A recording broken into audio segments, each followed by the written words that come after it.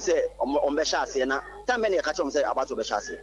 E ka say 7 2 hours so one and also abanaman. E pa cho de me to aman di. Okay. We'll go back. Yeah, Shasi and Sabe can tell you as well. Kwabra, what you want more? 5 o'clock. And normally, Nanka voter turnout. I am never form. But I shall can't see no for DD live. So as at 4 o'clock, does it a kabibi? A kabibi pa. A kabibi pa to Ghana for. Say Ghana oh. Ye kasabibi. Ewa bonting. But a bassy yenya, ye.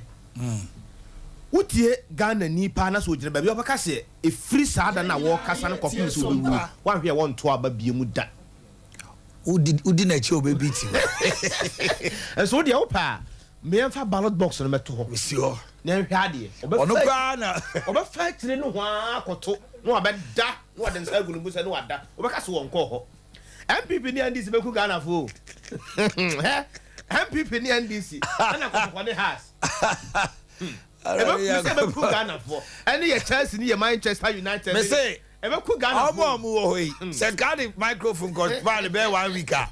Omo de no my me go ha me go to abedu a me come 4 o'clock on the general. And now on say next year Tuesday say the reporter. I said Blanda no omo said am kwa fo me homeda. Asennin potem ho de na de. Say electoral commission so ko ekoye the search o. Yes, e ba say nso a. Hello who say a day like that no. Ya na eye me de. Marketing wise no so boa ye ma me no.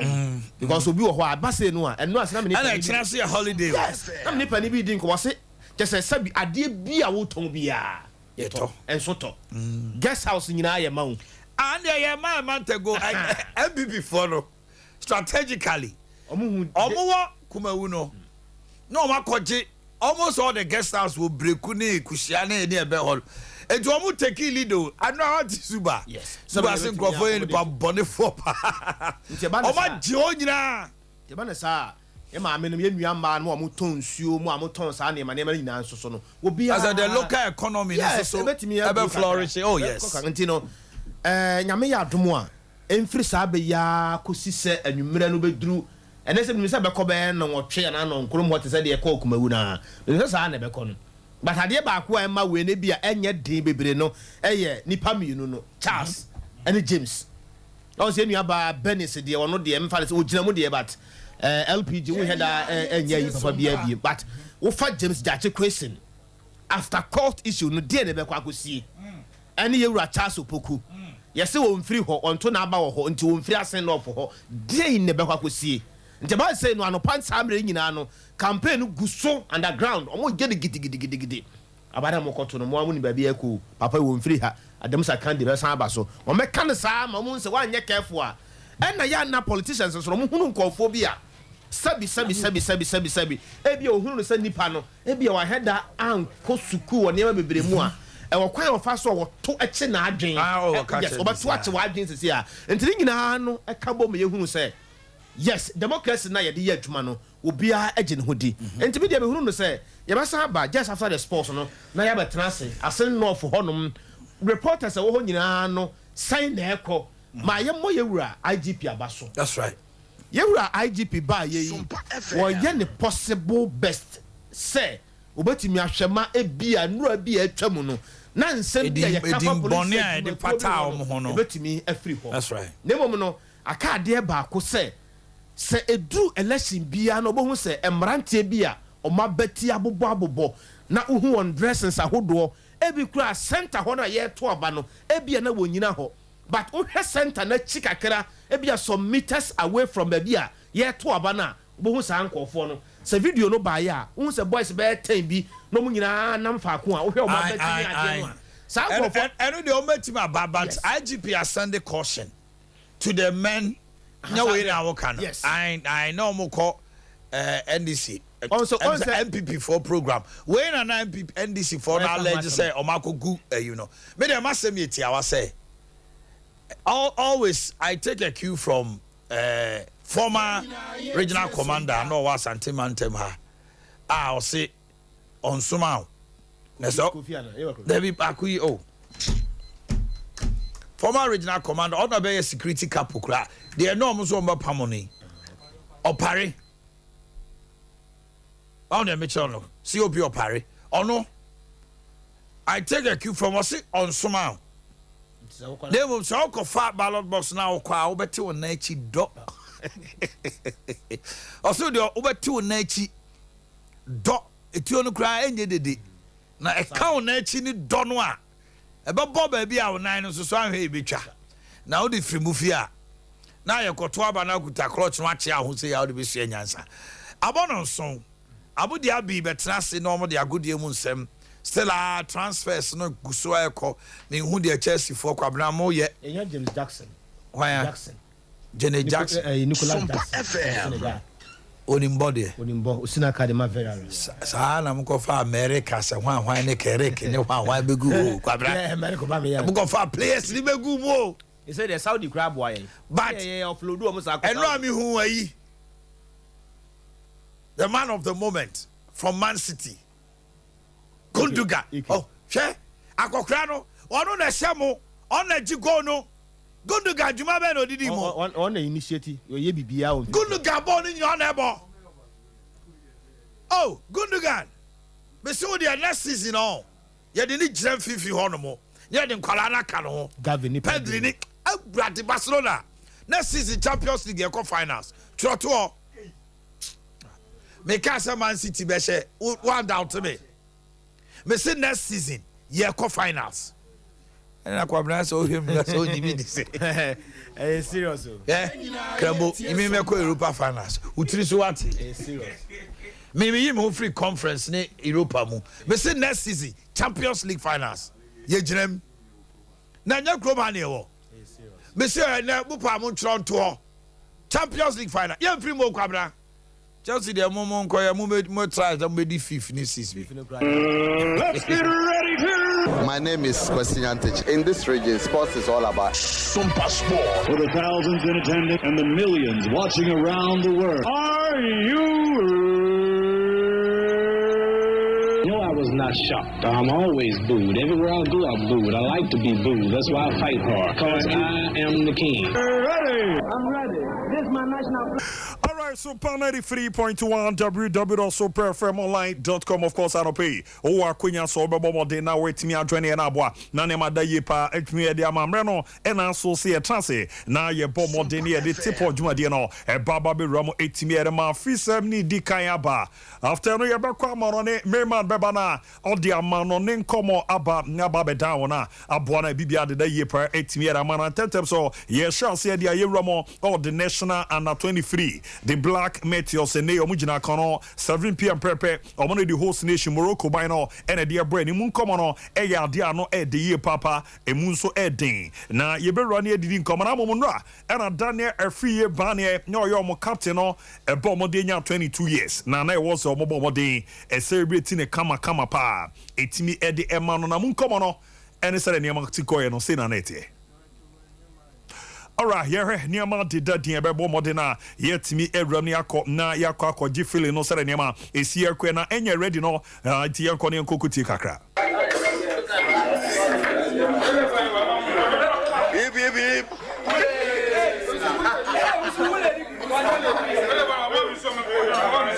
Yeah, it's so.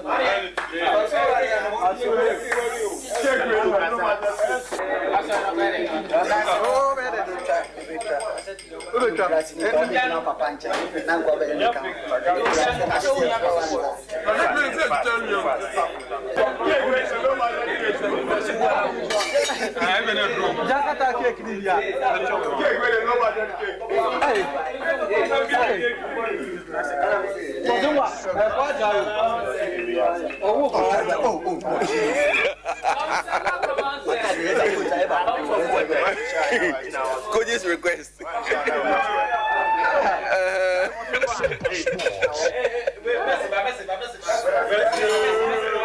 Until no yana, the other one each of the Black Meteors National na 23.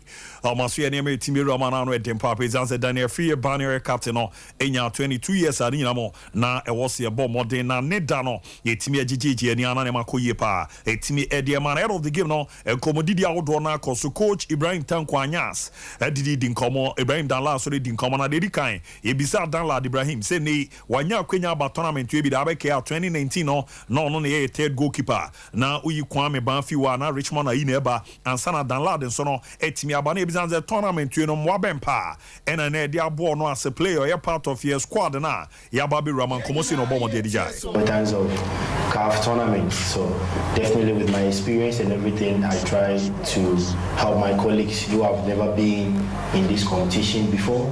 I try to give them the experience that I just had or the opportunities that helped me today who I am. So for me, I'm trying to help my teammates about these CAF competitions, especially these CAF competitions, what can make you and also make you. So I'm really great, and I think this competition has really helped me a lot. Until no year come out, bomb de timera to Garache CAF competitions in India. Or shall say called U17, U20, U23, 2019 a part of the squad. No, to a qua no say a total bomb day, 8 years share experience no one of the chain and nam for no and animate on your more airboy mano and instead on common city after no see ya fully prepared. There is a new game no near my bed that year pray timera more my Ghana. We are very prepared. As we won our first game, all of us won the first game. You know, probably it will be a nice game tomorrow. And for the players, we are very prepared, and also we are going all out for the game. And we know the outcome of the game will determine the qualification for both teams. So in camp, we are cool, no pressure. We are just coming out to give our best, and inshallah, what comes in, we give thanks to Almighty Allah. Until no year come out, bomb de timera to Jarina Boamana Day Permantiano, Ibrahim Danlad, Nache Deputy, a deputy captain of the Black Metal Nates Ampa, Obama did come coach Ibrahim Tanko, ahead of the game, saying Obama and common also 18 Tuja. We have only today to prepare, and we cannot do too much. We have to do the regeneration, and so that we will be fit tomorrow. Yeah, we are looking forward to this game, and both teams have won their first match, and I'm sure that it's going to be a very good game tomorrow. Yeah, we have all. Until no year come out, but de timere to Johnny in a bois, a man named Makoye come upon so it me Adea Moment after no, and a coach Esan to us so more. Are you ready? Say game winner, a more Kakurama boy timere or my Ghana and him.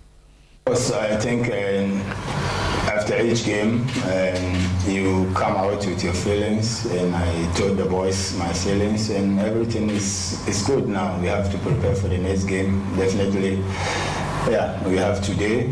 And to get everything on course. So definitely I'm cool now, and we are ready to the game tomorrow. Until no year come on, you are bomb de timera to Yachazampa, or more I radio more so mirror of Nanyama Dayepa, et timera more my Ghana, ye know, I don't say this time around or Gidi Boakye 2019 on one idea Coco Kujinakono, ye boy, do baby no, penalty Shemian court, not Rastaman through one stone, it do a sapon, Aquana Mason and baby cry, and also way to Gidi, second ever qualifying up Paris 2024, Yakwako Yijma. And Dalad was also part of the 2019 in Egypt, and we nearly qualified to Tokyo, and the last penalty we just threw it out. That's why we didn't qualify, and I'm sure that this time we are going to make it, inshallah. Until no year come on near 7 p.m. a Baba Betrans 9:30 na. Ye be di on come izanzane. Ye Black Meteors Nijina Konomoko Akakobo Juana Mun Komono Imano Jeboa 99 DS Dominic Insubila. Almost message on Abani. We hope to work on our next game, and we hope to keep clean sheets for the next game. Yeah, I think it will be a difficult game. We watched them play yesterday, and we are also prepared for them.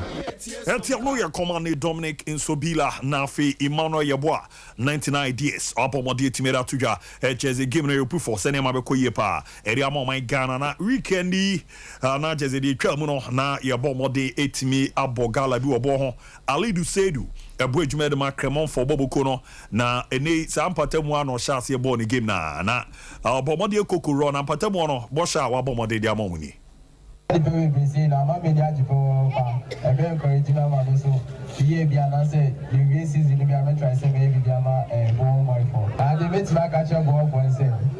They have been born now on the bar. Back when you know, I have boss for society instead here. Auto for my life now, we show on Saturday, so we plan and some prayer. They have been born now on the bar. I bet I said, Papa, Grandma, okay, you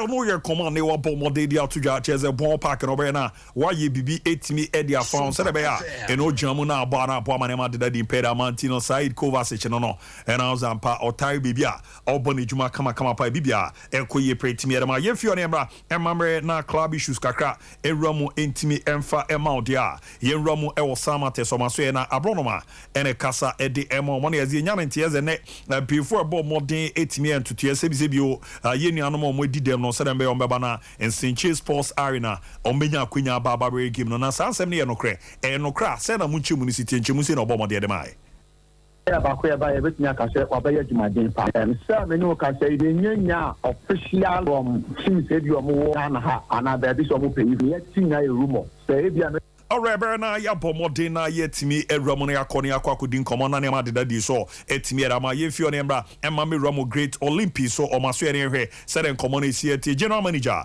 Oluboy Commodore opin pano so edidi di nkomo na dedi kan no ye bisa ne se season no eguso a ekoso no ye won se edu bebi manu adwumamedu e15 mu na sa nkomo na nkasa de na ebobo de ba ya enam so ma na kokwe nchemu sei na obomode edi jai no be can respect I am coach no